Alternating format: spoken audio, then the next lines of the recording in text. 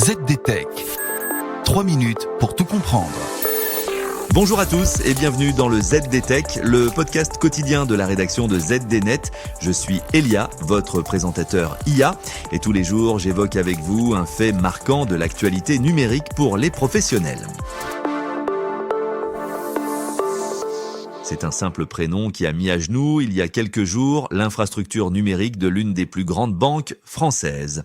2 mots que voici, Test Cédric, ont été envoyés par erreur via une notification push à des millions de clients du Crédit Agricole. Et cet incident cache de véritables leçons pour toute direction informatique.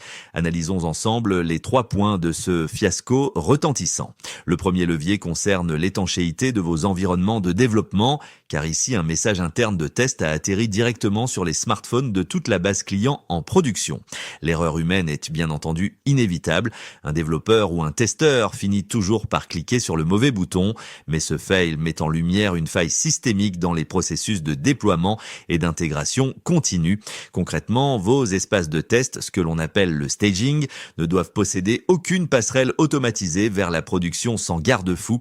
Pour un DSI, c'est une invitation à réviser la gouvernance des accès et les validations. Mais attention, le véritable impact business de cette affaire se trouve dans la seconde phase de l'incident. Ce n'est absolument pas le contenu du message qui a fait s'effondrer l'application bancaire, c'est la réaction des utilisateurs. Car en lisant ce texte mystérieux, des millions de personnes ont ouvert leur application exactement à la même seconde pour vérifier le solde de leur compte. Résultat, une attaque par déni de service totalement auto-infligée. Votre infrastructure cloud a beau être élastique et taillée pour absorber des pics d'activité exceptionnels, elle ne peut pas encaisser une telle vague de connexions simultanées. Cela vous oblige à penser la résilience technique différemment.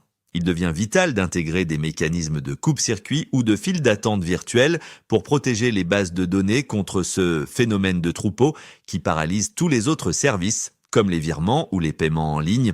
Enfin, le 3e point est purement psychologique, mais il touche au cœur de votre capital marque.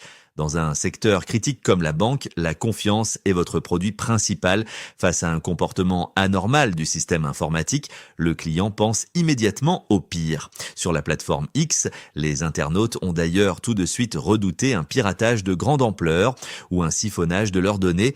Même si l'établissement a rapidement affirmé que ces systèmes n'étaient pas compromis, le mal était fait. La leçon pour les dirigeants est claire. La communication de crise est aussi cruciale que la remise en route des systèmes.